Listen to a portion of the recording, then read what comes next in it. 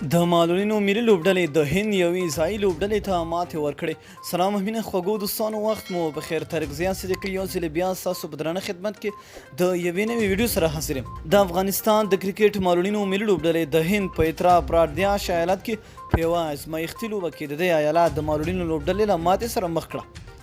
په دغه سیالۍ کې د افغانستان معلولینو لوبډلې پچه وګټله او لومړی د توپوهنې پریکړه وکړه. افغان معلولینو په ټاکلو شل اورونو کې د اوو لوبغاړو په سوځېدو سره د پرادیاش لوبډلې ته د 115 منډو هدف وټاکه.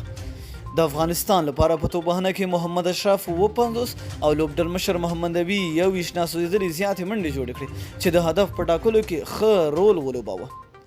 اترا پرادیاش لوبډلې د 115 منډو هدف په ټول توان سره ترلاسه نه کړ.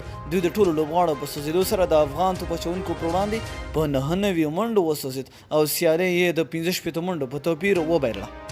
د افغانستان معلولینو لوبډلې لپاره په توپ اچونه کې توفیل، حزب الله، شعیب او لیوال 2 شیرین او زبیر بیا یو لوبغاړی وسوځاوه. افغان لوبډله به جولای تر 13 نیټو پورې په هند کې خپلو تمریناتو ته دوام ورکړي. بیا به له هغې وروسته د انګلستان په طرف نړیوال جام ته وخوځېږي. د یادولو وړ ده د معلولینو کرکټ لوبډلو ترمنځ د 2019 کال نړیوال جام په راتلونکي اګست میاشت کې د کوربه انګلستان، پاکستان، هندوستان، افغانستان او زیمبابوې ترمنځ پیلیږي.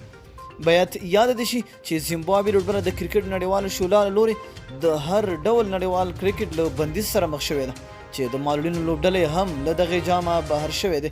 نو مینه او مننه دوستانو چې ویډیو مو راسره تر پایه وکته. د لا نورو ښکلو معلوماتو لپاره زموږ همدغه چینل در سره سبسکرایب کولی شئ. تر بلې ویډیو د الله په امان.